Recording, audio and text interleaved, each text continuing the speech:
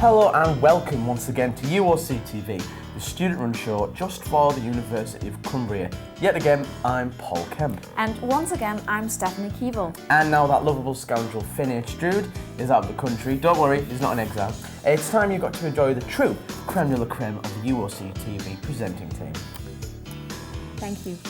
And if that isn't enough, we've also got that master of disaster, Paul Kemp, on the show. Savage! As you can see, we're already the best of friends here in the studio. Definitely. So enough about us, let's see what's happening on today's show. We speak to some of UKIP's top brass, including party leader Nigel Farage.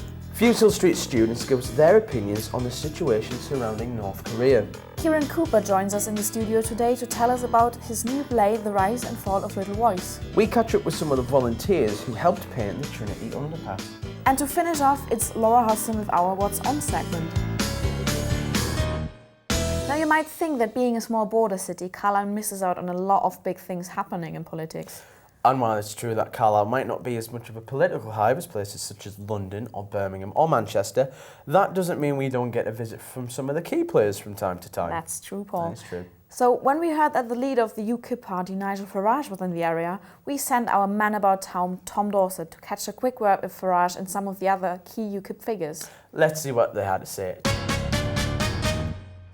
We're here today because we've got the honour of having the leader of UKIP, Nigel Farage, who is also an MEP from the southeast. But as leader of the party, he's doing a whirlwind tour, as often these leaders do, and he's very kindly come up to Carlisle to meet and greet members and supporters today. The party's growing ever so slowly. It was a relatively small party that whose initial policy was basically to get out of Europe. But as time has gone by, it's grown, it's developed, and we now have policies on almost all issues in the local area. We're all about letting people know that there are alternatives to the so-called three main parties. We are knee-deep in regulation, a lot of which comes from Europe, and it's stifling business and growth. And unless we lower the regulations and make it easier to set up things, I'm afraid young people like you two will find it much more difficult to get a job when you finish university. For those that don't do as well at school and perhaps aren't as academically inclined, youth unemployment in Britain in 2004 was 600,000. 18 to 24-year-old unemployment in Britain now is 1 million. And one of the reasons for this is we've opened up the doors to the whole of Eastern Europe, and we have a now massive oversupply in the unskilled labour market in this country. And for young people, now to get jobs in the service sector or the agricultural sector is really tough, because effectively we're now discriminating against English people trying to get jobs. And we're the only party with the honesty to take this issue on. How has it been today here in Carlisle? It's been extremely good. We've had an excellent turnout. We've got obviously radio, TV and the press. It's gone very, very well. We've got the people we spoke to, the members of the general public, they've been very kind to us and listened to what we've had to say and have given us a great deal of support. We've got 15 candidates standing in 18 of the wards in Carlisle, so we're giving most of the people in Carlisle the opportunity to vote for UKIP and say no to the tired old parties of yesteryear. Well, some interesting and even controversial opinions there from one of the lesser known but rapidly rising political parties. And with the local council elections fast approaching, UKIP and indeed all the other political parties will be doing what they can do to secure your vote. But of course, politics is the only thing happening in the world. And if you've been following the news recently, then you're probably aware of the escalating conflict surrounding North Korea. And because we like to keep things really topical here at UOCTV, we thought we'd get you some of the views on the matter. So let's see what people had to say. With tensions rising between Kim Jong-un, leader of North Korea, and the rest of the world, we've come down to Fusehill Street to see what University of Cumbria students think about the whole situation. What do you think of the situation in North Korea? It's worrying, but for now I don't think it's going to get out of hand. I don't think anything will come from it. I just think it's them trying to establish a bit of power. I think they have overreacted a bit, and that the leader is just showing off. I think they think themselves as big than what they are. It's all a bit intense, but I don't think anything will come of it. I think it's more threats than actually going to come through. So it's obviously a big worry, but I don't think it's it's going to come off. The fact that they might have nuclear weapons and obviously how it could affect the world. You know, people already speculating about a World War III, which is quite, it's not something that I'm totally happy with. If I'm honest, I think it's a bit daft. I don't think he'll do anything, but he's just saying it to try and sort of make people worried about it. Are you worried that the North may have nuclear capabilities? They might have them, but like I said before, I don't think they'll use them. I just think it's a bit of rubbish, to be honest. I am worried, but I think the technology is quite far behind, like say the USA's technology. It could be possible, and like you say, it could come into some kind of nuclear war and involve people that don't need to be involved. I think everywhere and somewhere have capabilities. It's whether or not they use them. You should be worried that if any country has nuclear powers, to be honest. I think they're going to have quite old versions of things, but I think it's still stuff that can damage the rest of the world. Do you agree with America's stance supporting South Korea in this issue? Yes, I definitely agree with the Americans. Support them. They need to get involved, but not to get involved in the situation they're going to get, because they need to learn from their mistakes. Yeah, completely agree, because obviously South Korea kind of needs some support at the moment. What they're doing is quite good. They're trying to help, but I don't think they should be interfering the way they are. You know, if it's a case that itself would cause a war, then not really. No, I don't think they need to get involved. I think they should just let North Korea be themselves, and they should just keep away from it. It's good that they have some sort of support from a superpower like America. General consensus from students here is that North Korea are in the wrong, though there is some scepticism as to whether they do have nuclear capabilities in the first place. Opinions are split on America, with some students believing that they shouldn't be getting involved in the conflict and leave the two Korean states to themselves. I've been Jonathan Carter, back to the studio. As always, a really interesting mix of views there from some of the students down at Fusehill Street. That's absolutely right. Now, as you know, here on the show, we like to promote the work of students here at the university and find out about some of the interesting things that people have been up to or are about to do. And especially here at Brampton Road, things are always busy at Stunning Theatre, with several productions being performed every month. There's a lot of shows. One upcoming production is The Rise and Fall of Little Voice, and here in the studio with us to talk about it is director Kieran Cooper. Woo! Yes. No, thanks for joining us. It's all right, my pleasure. I'll let the lady take the first question. Thank you very much. How long have you actually been preparing for that play? Only about 2.5 weeks. I decided to do the play a long time ago, but obviously getting my actors ready and deciding who's been in it and whatnot has took me to this moment here. We know you're an actor, you do performing arts, but you're the director of this play. What drove you to become a director as opposed to an actor?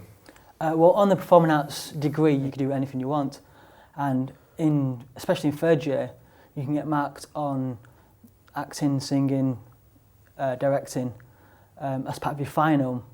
So I thought I would get marked on directing, and I thought I'd give it a go. You said your actors are all from your course, right? My actors are my friends, the people on the course, and you kind of have to switch hats from friends and people on your course to kind of a professional show. At first it was a little bit difficult to get into, but now we're kind of getting into it. We both know this is for a degree, this is for a final production. You decided to do Little Voice a long while ago. Yeah. So obviously it's been something that's on your mind for a long time. What is it about the play, because obviously we know it's been adapted quite a few times, but what is it about the play that made you want to do it? Well, the play is fantastic. It's a dark comedy, and obviously, like I said, being a comedian, I found some of the jokes and some of the text really funny, and it has everything. The play, there's dark humour. There's moments in the play that really are quite breathtaking, and there's scenes where you're laughing and you're having a good time with the characters until one moment you're took back at this dramatic scene, and it has everything, even a few songs. So I think it's just a good play to put on for a final. When is it actually set? It's set in 1992. All right, okay. We're just trying to source all kinds of props and make it a realistic setting, because obviously you can't have beer cans and cigarette boxes from 2012. Yeah. So that's been quite a challenge. Where did you get that stuff from then? Free Cycle has been quite a good help. All right. The props room, in Stanix, costume, just anywhere we can source it really. In the play, little voice she's got this uncanny ability to mimic famous voices, Yep. and like Judy Garland and the like. Is the actress playing it, does she have a similar skill? Is it the same skill, or does she have to really work on it to get, as good as little voices? Well, the actor, Lauren Bodley, she's amazing. Like already, I can't describe how good it is until you actually see it. She sounds just like Judy Garland, and she still has a long way to come. But with it being 2-3 weeks in already, she's amazing. Do you actually really prepare the whole day, or is it just a few hours? How's it working? I've been rehearsing the play for 2-3 weeks, but right, okay. It's actually on in June. All right. It's June the 4th and 5th, at 7:30 at Stanix Theatre. Okay, good to know. So it's just under 6 weeks, but with 6 weeks to go, we've still got props, costume, block scenes, advertising. We've still got a lot to do, so it's still a bit scary. Wow. Yeah. So those details again, it's 4th and 5th Yes. June, 7:30. Go see it. It sounds like it's going to be great. Definitely. Kieran Cooper, thank you very much for joining us in the It's studio. all right. Kieran Thank you very Cooper, everyone! Woo! And if you want to book tickets or find out more information about the production, you can check out Stanix Theatre using the link below. Yes. Now, as you know, we didn't shut up shop completely over Easter, and our camera op soldiered on generating new content for the show. Good on you, lads. They did indeed. And with the student union hard at work over the holidays with their biggest volunteering project to date, well, it was just natural that we went down to take a look at what was actually happening. Very natural. So we spoke to some of the volunteers, organisers and the designer behind repainting of Carlisle's Trinity Underpass.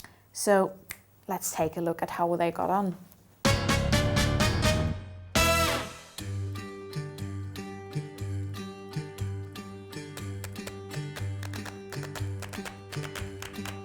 The 4th day of the Trinity Underpass project, so we've got volunteers from Heathlands, from the uni, we've got lots of different people coming to help us, and we're just painting and masking taping and just getting everything ready. After we'd found a vet and we were happy to proceed, it was a lot of measuring and figuring out exactly how much paint we needed and things like that. It's really hectic, we've got quite a lot to do, so we're just knuckling down and getting on with it. It features different buildings from around Carlisle that are considered iconic buildings for the city.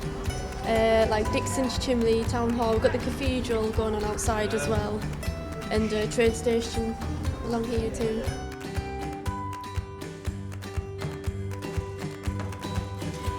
It's just amazing how she can just do a picture and it's all 3D and it's all, and people would stop and staring at it.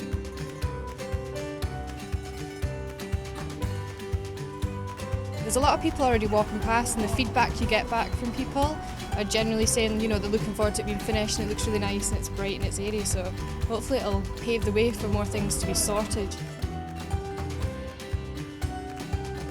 It's brilliant for us to get as many volunteers in as possible, and working with different community groups is really good. It's a good chance to bring people from kind of mainstream community in with different groups on the community, and yeah, it's just a lot of fun really.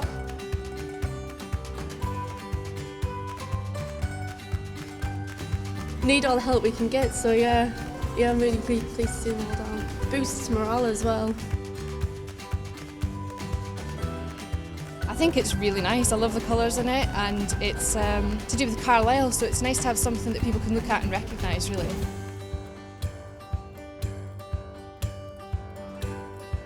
I think it's fantastic. It really meets the brief we set. We were looking for something that would instill a sense of respect and something that really celebrates the local community. And we think this does this, highlighting iconic Carlisle landmarks in such a nice way. I think it's really good.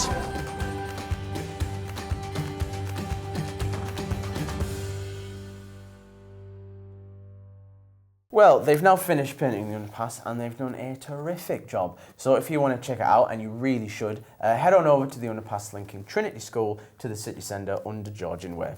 Right. And if that's got you feeling like you want to get out and about, well, then it just happened that we have a few things that might interest you. Maybe. That can only mean it's time for our What's On guide, which we are all massive fans of here in the studio, especially that hunky stud, Tom Dorsett. But you know what, Paul? Unfortunately, it's Tom's week off.